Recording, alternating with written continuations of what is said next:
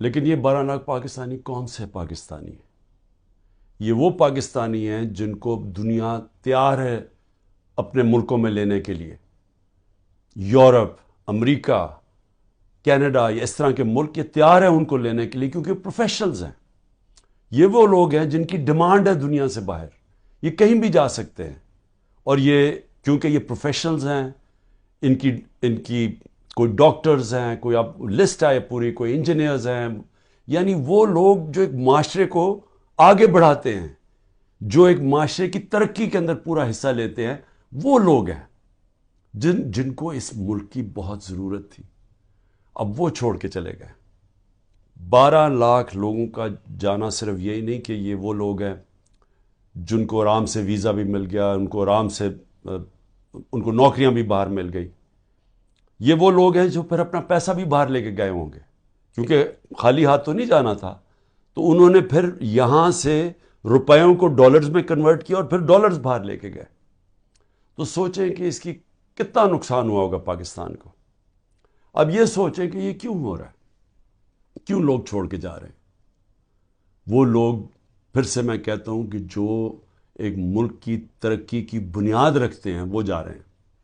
وہ اس لیے جا رہے ہیں کہ ان کی امید ختم ہو گئی ہے ملک سے. یہ امید کیوں ختم ہوئی ہے؟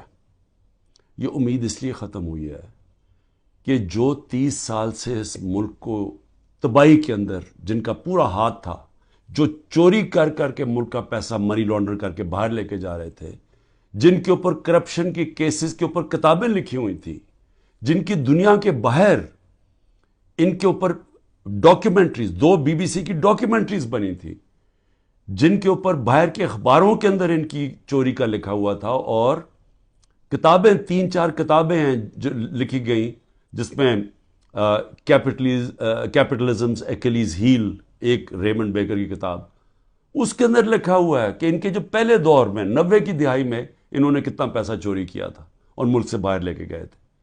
تو یہ وہ 2 مافیاز، ان کو اوپر آ کے بٹھا دیا. لوگوں نے تھوڑی دیر سوچا کہ چلیں جی ٹھیک ہے، الیکشن آئے گا تو ہم ان کو اپنا، تب ان کے خلاف کھڑے ہوں گے. پھر جب انہوں نے دیکھا کہ پولیٹیکل انجینئرنگ ہو رہی ہے یہاں، اور جو ملک کی اسٹیبلشمنٹ ان کے ساتھ کھڑی ہو گئی ہے، اصل مایوسی تب ہوئی ہے کہ وہ لوگ جو یہ سمجھتے تھے کہ اس ملک کی اسٹیبلشمنٹ چلے جیسی بھی ہے، اس نے غلطیاں کی ہوگی، مارشل لا لگے ہوں گے، لیکن وہ ملک کا سوچتی ہے، کیونکہ ان کا جینا مرنا پاکستان میں، ان کے انٹرسٹ پاکستان میں. تو جب وہ ان لوگوں کے ساتھ کھڑی ہو گئی اور پولیٹیکل انجینئرنگ شروع کر دی ان لوگوں کو پھر سے جتانے کی، اور مایوسی تب چھائی، نا امیدی اور مایوسی کب چھائی کہ جب انہوں نے تماشا دیکھا کہ جو ملک کی سب سے بڑی پارٹی ہے، 70% سے زیادہ جس کی ایکسیپٹیبلٹی آج پاکستان میں ہے، ساری سرویز کہہ رہی ہیں کہ یہ پارٹی جیتے گی اور قوم اس کے ساتھ کھڑی ہے.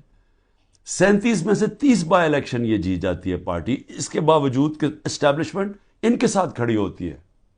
اس کے باوجود عوام بتا دیتی ہے کہ وہ کیا چاہتی ہے. جب وہ دیکھتے ہیں کہ اس پارٹی کو کرش کرنے کی کوشش کی جا رہی ہے، اس کے اوپر ہر حربہ استعمال کیا جا رہا ہے،